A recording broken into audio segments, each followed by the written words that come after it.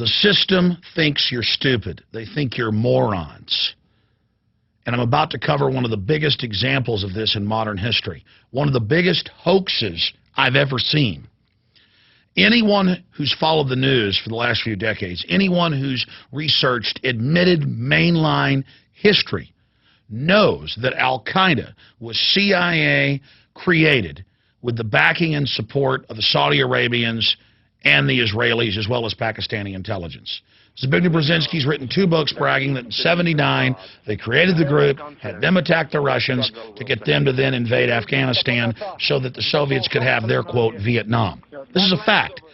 And the Muslim brigades being controlled by British intelligence goes back to Lawrence of Arabia. And then Hitler took over the Middle East during the first few years of World War II, and they went over to his control.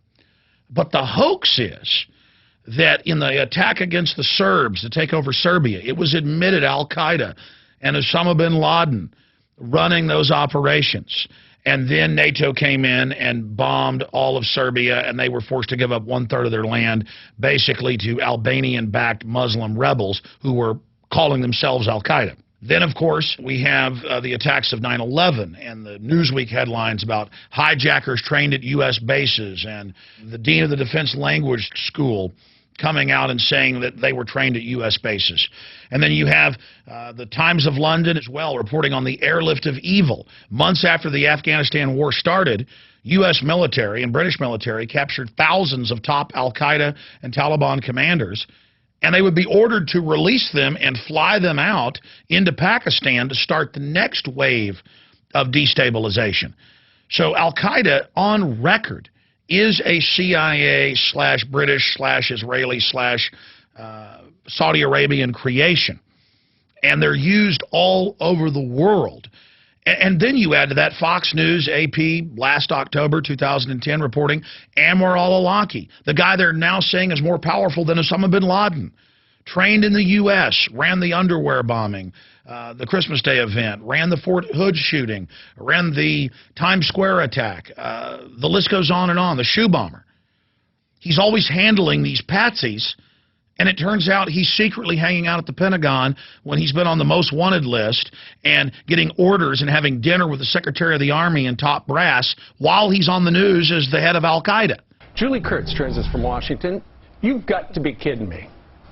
Yeah, here's what we know. Fox News has learned that Anwar al-Awlaki, the American Muslim cleric, remember him with a worldwide following, dined with military brass at the Pentagon within months of the 9/11 attacks.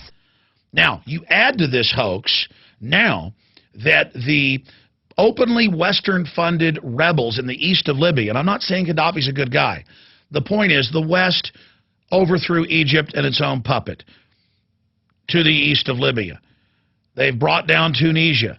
Now it's admitted that British special forces were inside eastern Libya even before the latest rebellion started.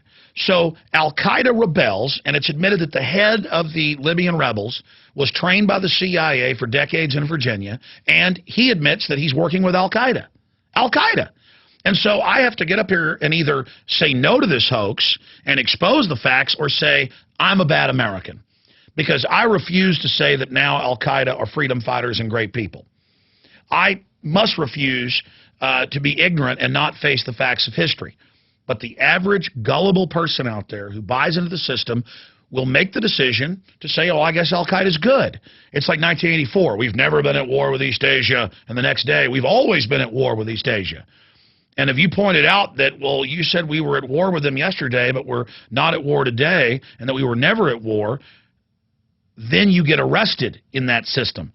And that's basically where this country and where the West is going, where the system thinks we're so stupid that Western intelligence is in the east of Libya using radical Muslim al-Qaeda backed out of Saudi Arabia and arms out of Saudi Arabia and Egypt to destabilize Gaddafi. Gaddafi then fights armed force trying to overthrow the government, and our media calls them protesters.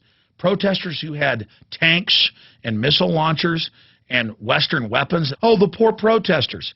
And the media lied and said he strafed protesters. Turned out that wasn't true. The media lied and said that he'd run to Venezuela to try to give the rebels support, think they would win.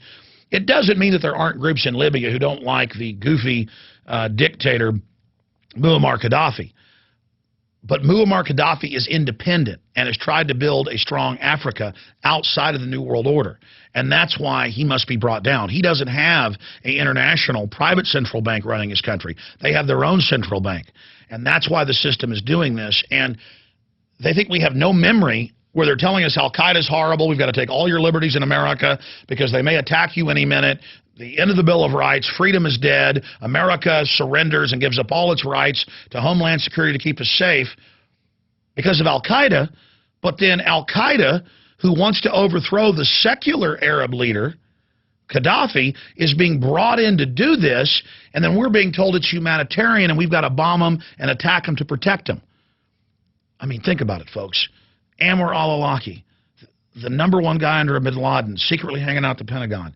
The Taliban and al-Qaeda being flown out to safety in the first few months of the Afghan war to start the next crisis. Al-Qaeda being used to attack the Serbs. When the Serbs fight back, oh, it's humanitarian, we've got to bomb them. They just move al-Qaeda around all over the world, call them humanitarian freedom fighters if anybody resists them, and then the UN and NATO comes in and bombs the daylights out of them.